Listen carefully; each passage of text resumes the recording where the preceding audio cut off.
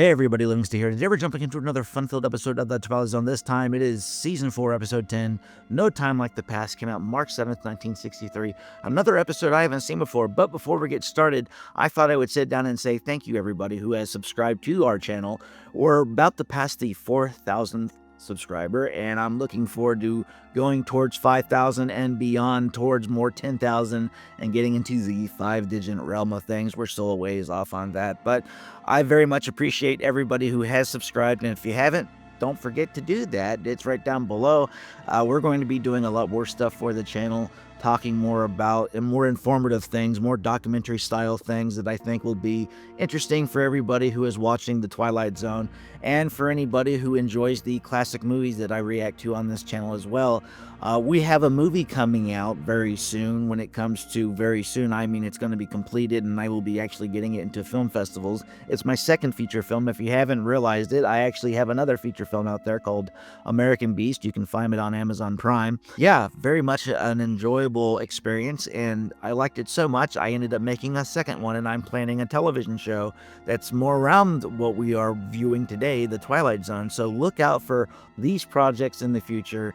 And don't forget to subscribe or you'll miss out on them. But with all that being said, let's jump into the comments you had for last week's episode, Printer's Devil. Kimberly Armstrong 2929 says, another good episode from this season with a stellar performance by Burgess Meredith.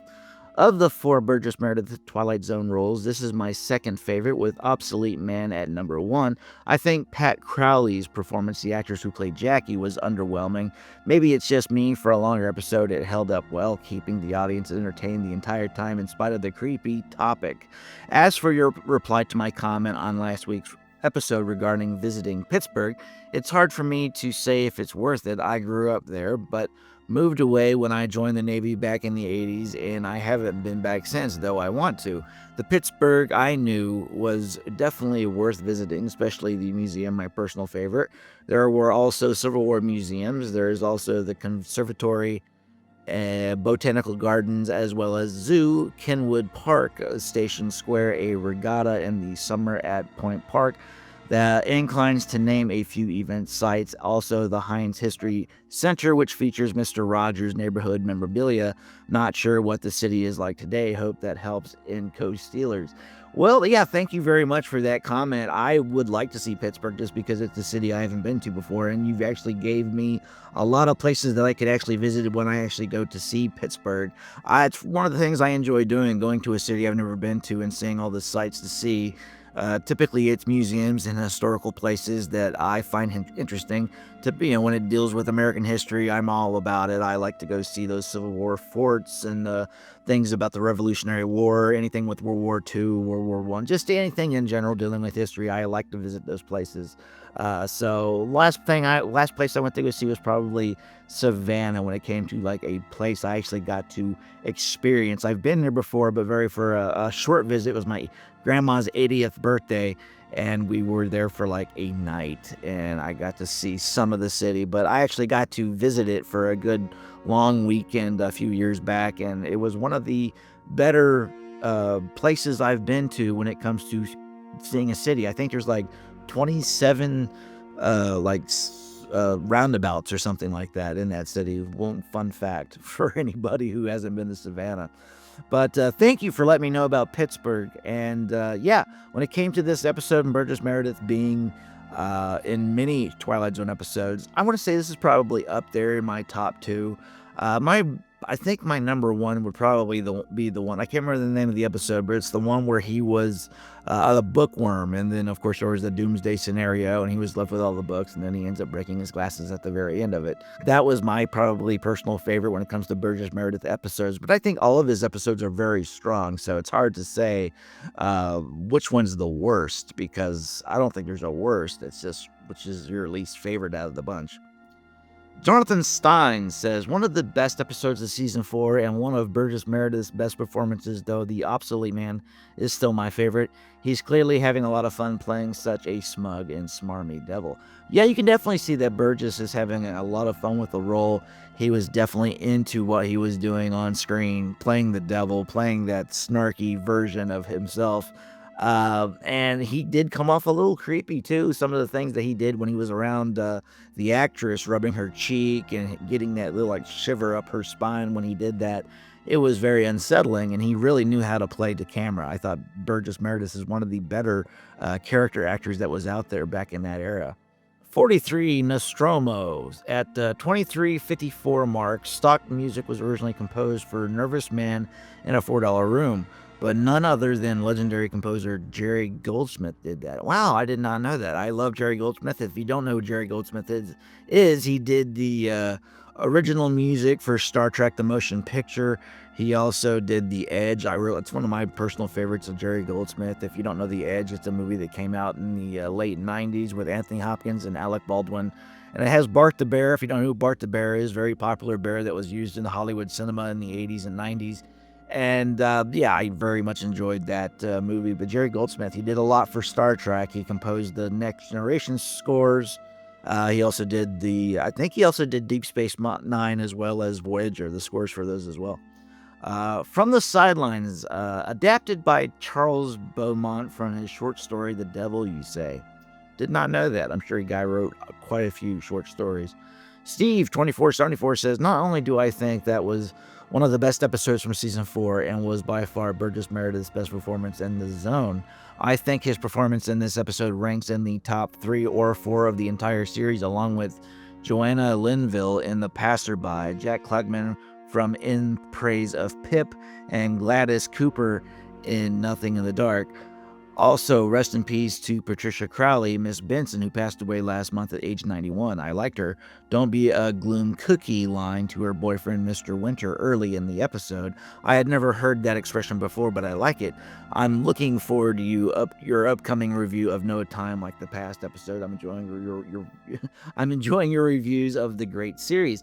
Well, thanks for reviewing. I very much appreciate it. And yeah, I am about to jump into No Time Like the Past. That's going to be interesting what this show is going to bring. I really know nothing about it. I didn't even look at the thumbnail about it, which is not typical of me. I think I was just trying to get ready and rock and roll because I'm under like a little bit of a time deadline today. So I'm trying to get everything I can into the day as much as possible. But yeah, when it came to the actors and actresses that you named off, very strong episodes, very strong actors and actresses. Jack Klugman, probably one of my favorite behind Burgess Meredith. I think Burgess Meredith is my number one in the Twilight Zone of all the stars who have been a part of the series. I think Captain Kirk, William Shatner, shows up at some point again in season 5. I think it's the very popular episode 20,000 feet. I forget. But anyway, it's one of the episodes I'm really looking forward to in season 5 because I've seen the John Lithgow version of it and all of the things that are referenced in pop culture throughout the decades because of that episode, like Ace Ventura. Slim Plum 691 says, top tier episode here. Love me some Burgess Meredith. Same here, bud. Definitely enjoy a Burgess Meredith episode. Kind of sad that it's his last one. Jack Dorsey 4850 says, love this episode. Any minute I thought Mr. Marathod, man, I can't say that word, would spout horns and a tail. Yeah, I thought he would too, but you kind of get who he was just by seeing that he can make fire with his thumb. So, Roy Cassinger 6903 says, one of my favorite episodes. I think it's one of my favorite episodes of season 4.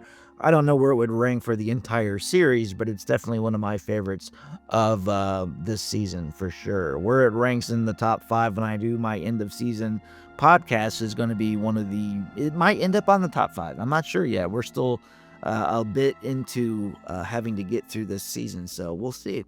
CBCW76 is also a favorite from day one and one of that held a place in a child's brain for decades. I was so grateful that Rod Serling forced me to learn more obscure actors' names like Burgess Meredith, who would litter my TV and movie preferences in the decades to come, like Grumpy Old Men series, The Rockies, Full Moon, Blue Water, and just about every TV series from the 60s and 70s. I cannot help but think of Meredith when I hear actors complain about typecasting. Yeah, well, you either go with it or you find a new river to swim in. Going with the flow ain't the bad option. Being forgotten is worse. Yes, I agree with that quote. And yeah, he had a very long and prolific career. A lot of different things. He also did Batman, the Adam West series back in the 60s. Thought that was a very enjoyable series for the time. Kind of a lighthearted Batman take. I like the darker versions like Michael Keaton and Christian Bale, but that's just my cup of tea. The show itself kind of cheesy now. But yeah, every time he played a different character, it was always something different in general. Like he was just a different person altogether. That's why I consider him one of the better character actors of that era. Charles Stewart 8009 says, many years ago, the rock group Blue Oyster Cult wrote a song in which they mentioned the printer's devil.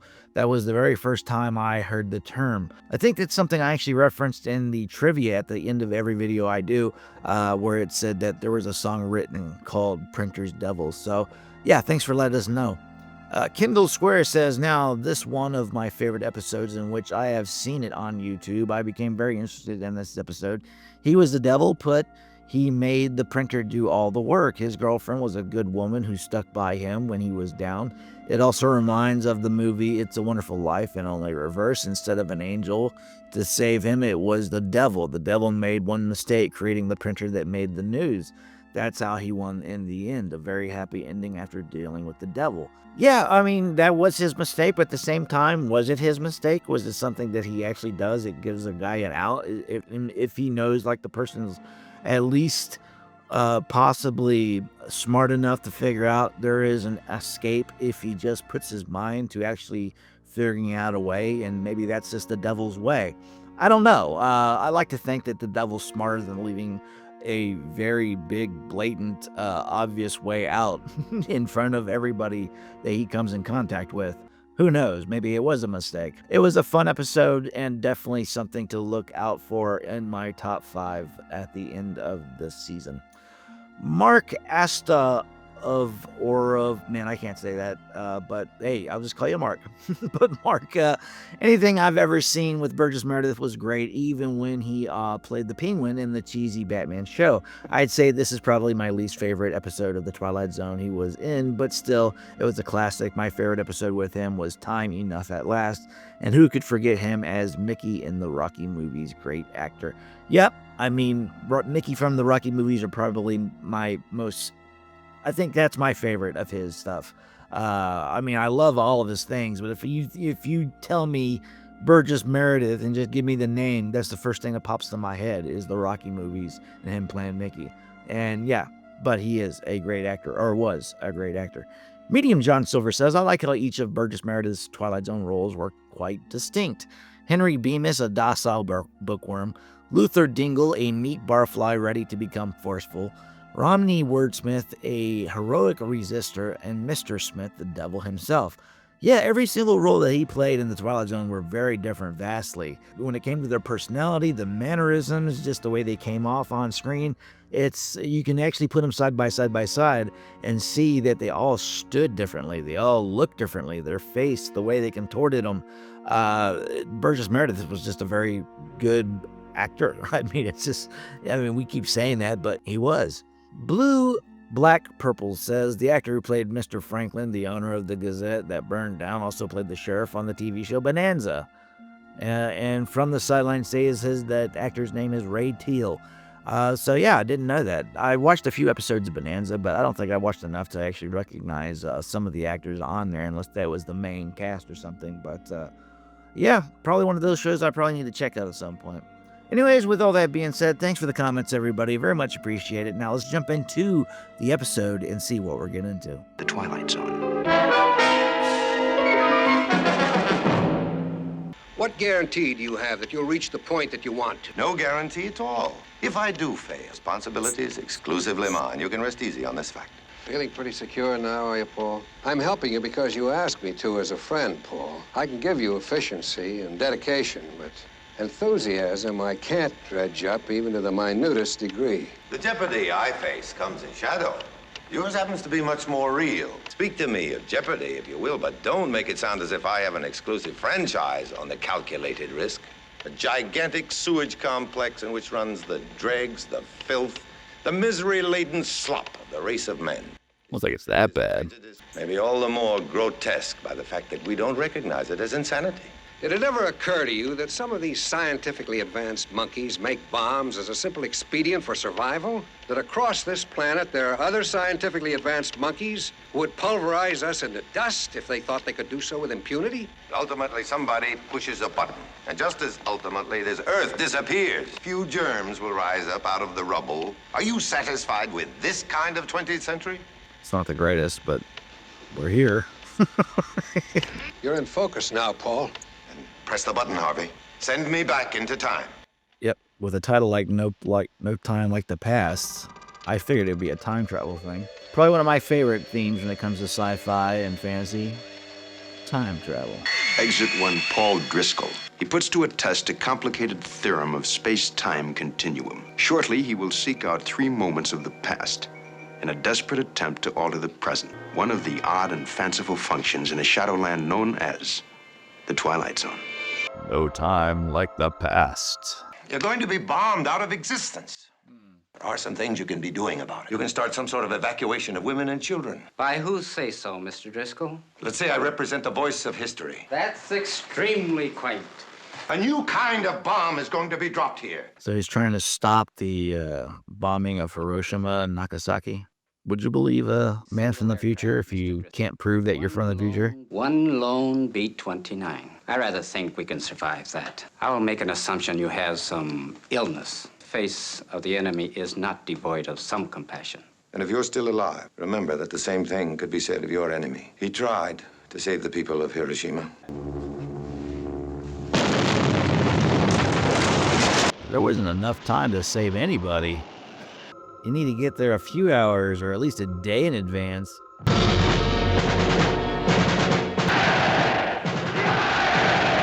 Wasn't even try doing. Does he have a rifle in there by chance?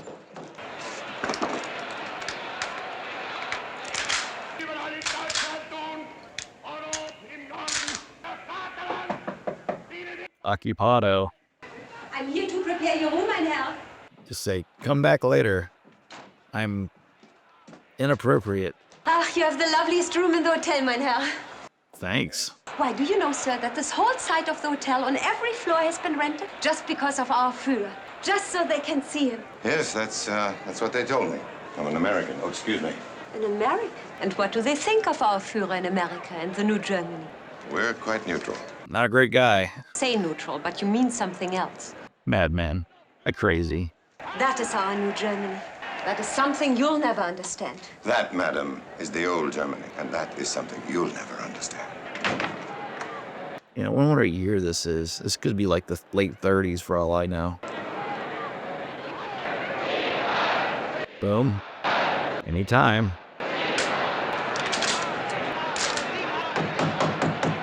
Driscoll? Will you open up this door immediately? Disappeared. Aber ich weiß doch, dass hier war. Ich hab doch noch... Sie haben wohl Schnaps getrunken. Was? Kein Mensch ist hier drin. So he's unable to stop Hiroshima. He was unable to stop World War II, basically, from starting. Does he go further back? Does he stop the assassination of Franz Ferdinand to start World War I, which is basically what got Hitler so riled up into wanting to get into politics and hence led into World War II? My name is Driscoll, but that's not important. I beg your pardon. The present course the ship is taking, is there any way of altering it? That if you hold this course for as long as perhaps 5 minutes, this ship is going to be torpedoed. Just who are you, Mr. Driscoll? You won't find me on the passenger list, sir. My name isn't on it. Well, let's put it this way. I'm sailing for your health and that of your crew and all the passengers aboard. I happen to know that this ship is going to be torpedoed. Right off Old Head of Kinsale Island. You say you know this. How do you know, Mr. Driscoll? If I told you, you'd probably say I was a lunatic. What could you lose by altering course? How many minutes? Otherwise, 1,100 people on this ship are going to be drowned. I think that will be about enough, Mr. Driscoll. I'll ask you to leave. You can't change history. Escort Mr. Driscoll out of my quarters, please. Give up, I guess. Mr. Driscoll, there's still time to confine you to your cabin. And mind you, sir, after I make inquiry as to how you got aboard, I may do that. Well, I tried. Here it comes. Lusitania. Hiroshima, August 1945, attempt number 1. Then August 1939, the Hotel Berlin. And finally, the Lusitania, 1915. One of the causes of our entering the First World War. 3 tries, 3 misses. Whatever has happened must remain as having happened. You can't change anything. There isn't anything we can do about the present or the future. It's interesting. A place called Homeville, Indiana. Oh, this is charming. It's all very serene. Apropos of the fact that I'm going back there. A world of band concerts and summer nights on front porches. Everything. You go back in time to this Homeville, and you inadvertently change one event, and you might start a chain reaction beyond anything that we can even imagine. But I'm going back there to live, not to change anything. And heaven help you, Paul. I'm guessing he's going to end up changing something.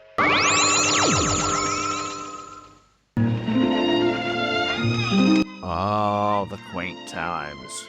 There wasn't any AC, so that would suck. No television. Blah.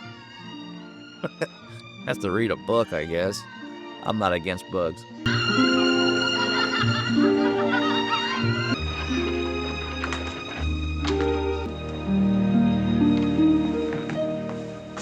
I'll have a beer.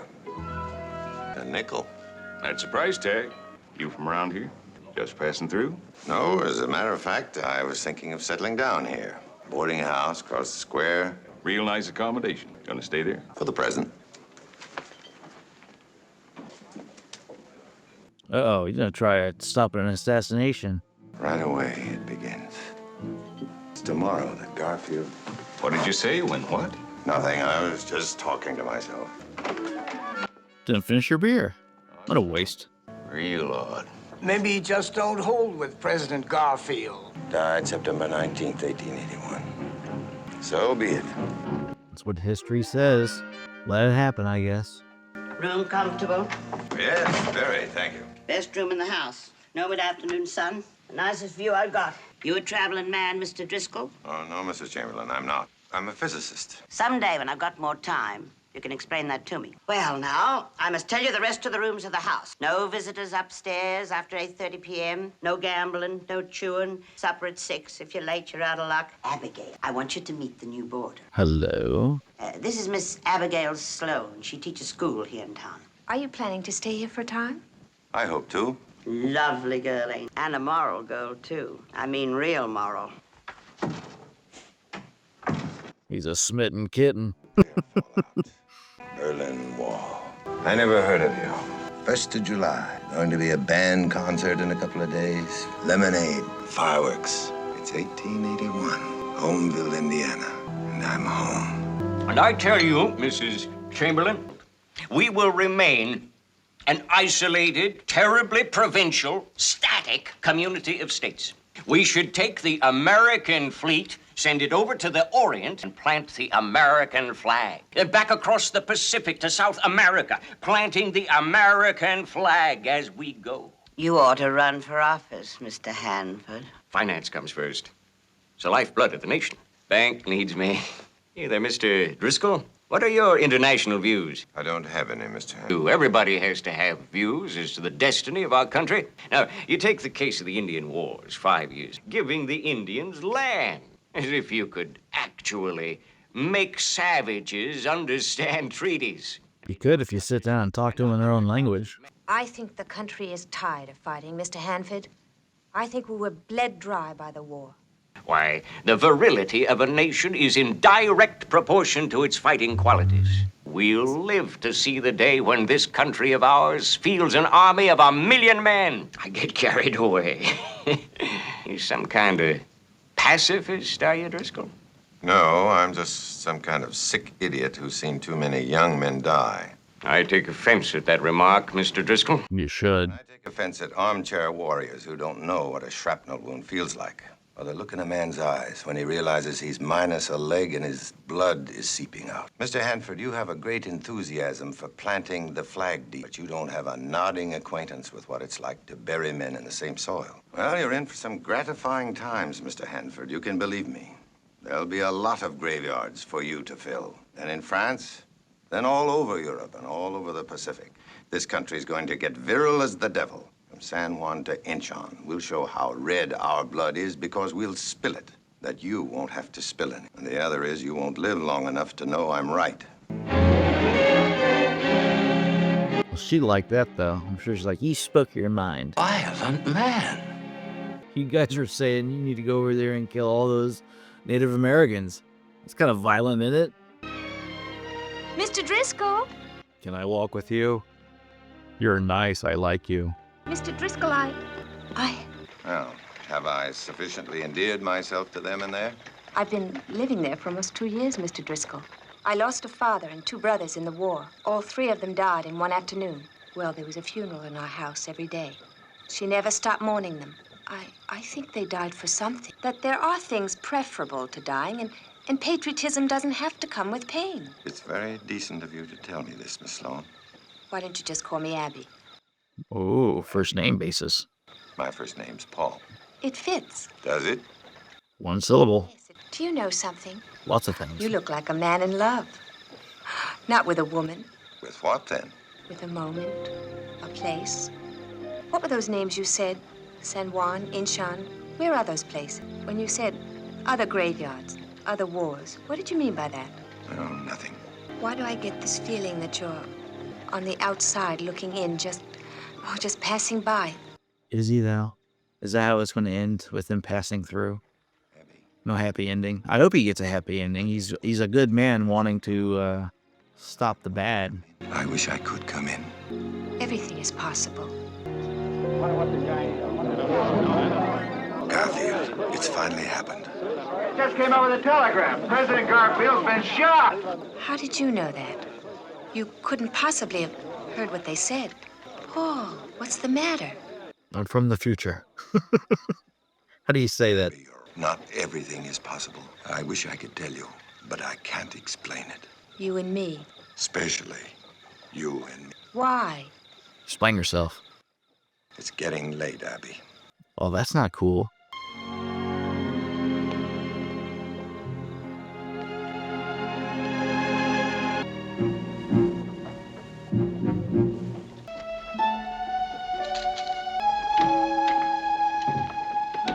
Good morning.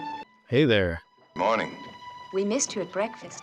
President was badly wounded, But he didn't die? but there's hope held for his recovery. I don't think he's going to recover. Didn't he die like in September? What's left so- I'm sorry about last night. I'm truly sorry. It's perfectly all right. Really it is. You've got to forgive school teachers. They're very impressionable. Well, they're inclined to read many things into a glance, a word. I've got a very busy day today. There's so much preparation for tomorrow, you know. Parade at 9, speeches at 11, 14 boys, 13 girls who'll entertain you with their own rendition of Columbia, the gem of the ocean. Well, we're going to practice now and trying to keep 27 children quiet and day before the 4th of July. That happens to be quite an accomplishment. Who are you, Paul Driscoll, and where are you from? It doesn't make any difference, Abby. All right, we'll leave it at that then. And it follows it doesn't make any difference that you held me and... Meant nothing to you, did it? I hope they have a happy ending. They seem like a bunch of nice people.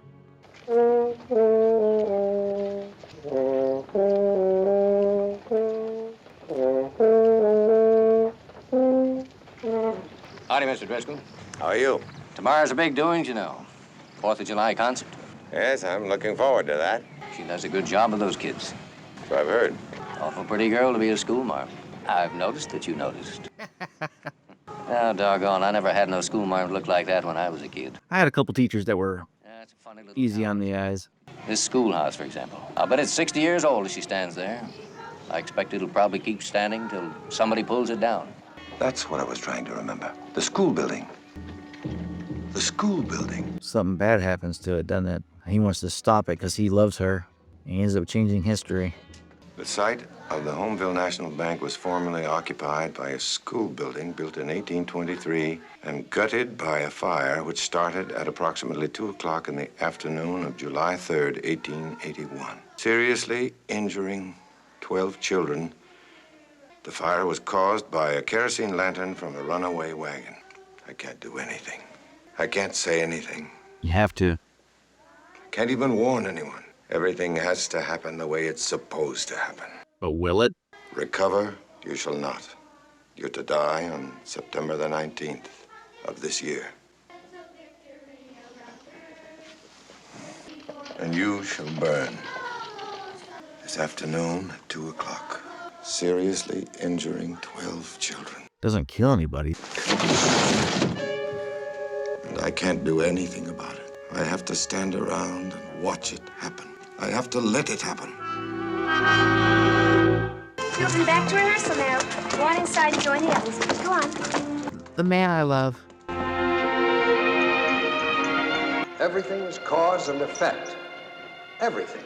You might start a chain reaction beyond anything that we could even imagine. How, though? What would it change? Who would it prevent doing or whatever? Like, I mean, that's something about history you can't figure out until it's too late, typically. I'm looking for an honest man. And tell me whether or not it's the finest medicine he's ever tasted. Here it is, friends. The most safe and efficient for the cure of scrofula, King's evil. Is that the lantern? Alter a depraved or impure state of the blood or any other fluid to the body. Thank you very much. How about you, my friend? Oh, nothing. Never mind. You gonna at least try?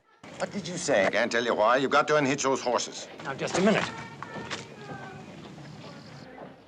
But you take the lantern off the wagon. Now, you just better get out of here. You hear me? Get away from here. Leave me be and leave my horses be. You hear me? Get away!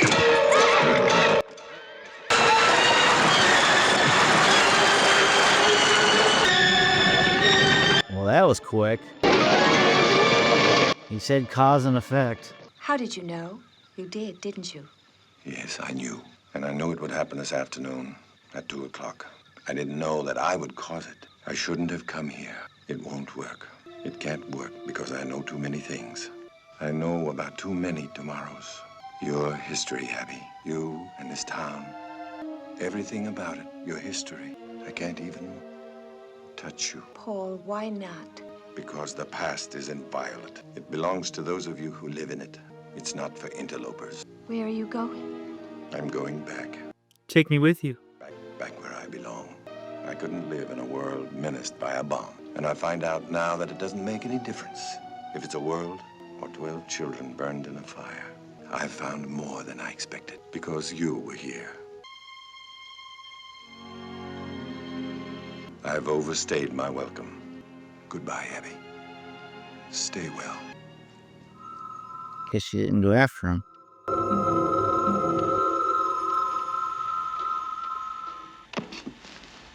Harvey? Back so soon.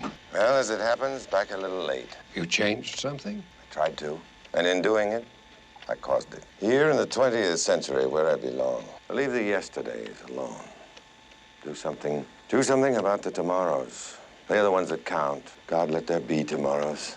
Incident on a July afternoon, 1881. Perhaps best said by a poet named Lathbury. Children of yesterday, heirs of tomorrow. Look to your looms again, faster and faster fly the great shuttles prepared by the master. Tonight's tale of clocks and calendars in the Twilight Zone. Well, that's episode 10. I enjoyed that episode. I gotta say, it's probably one of my favorite ones so far in season 4. I thought it kept my interest the entire time. The guy was trying to go back. He was trying to change time, change the bad stuff that happened. But, you know, if you change the bad stuff, then you won't get a lot of the good stuff that followed that bad. So I definitely understand that. But it seemed like every time he tried to change the past, there was no way you could, no matter what he did. And sometimes even if you wanted to dwell in the past or go back to that era and live in it, you can't. There is no way for you to do so because it's just not your place, not your time. You don't belong there. And in a lot of ways, it kind of was that metaphor where it's like you can't go back home again. You know, you can't relive the past. There is no reason to look back because you can't change what's already happened.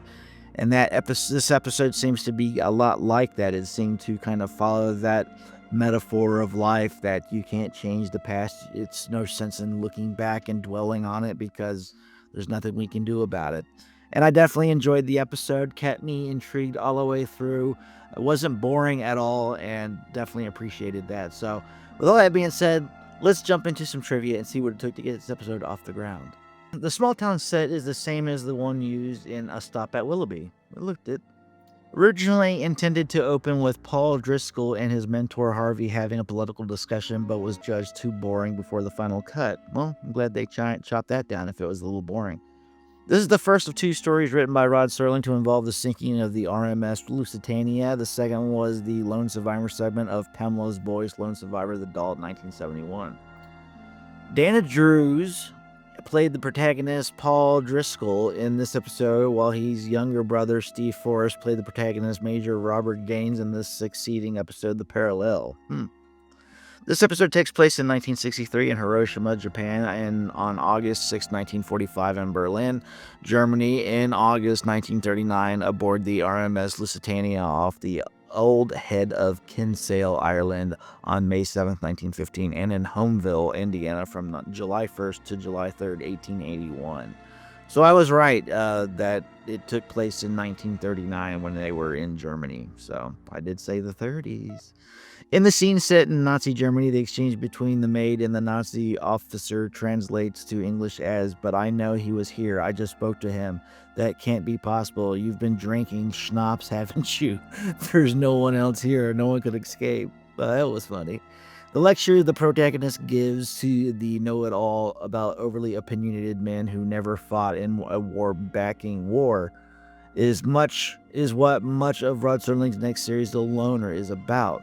Patricia Breslin played William Shatner's wife in the classic The Twilight Zone episode Nick of Time. Both episodes dealt with the future. Interesting. John Zaremba would later star in the time travel TV series The Time Tunnel. Abigail Sloane's father and two brothers were killed on the same day in the American Civil War, 1861 to 1865. The German segment's hotel maid is uncredited, the actress unknown, although she does resemble the small-town resident and love interest Patricia Breslin. Dana Andrews and Robert F. Simon, who played the time traveler, and his assistant played a detective and his chief boss in Where the Sidewalk Ends. There is no produced by credit at the beginning of this episode. The title is a play on words of the expression "no time like the present." The previous decade, Robert F. Simon played Dana Andrews, chief of police's Where the Sidewalk Ends, and his future father-in-law in Spring Reunion. The Homeville County School was built in 1823 and was burned down on July 3rd, 1881. Well, that's it for this episode. Let me know, comment below what you thought of it, and we will go over your comments in next week's episode. Until next time, see you later.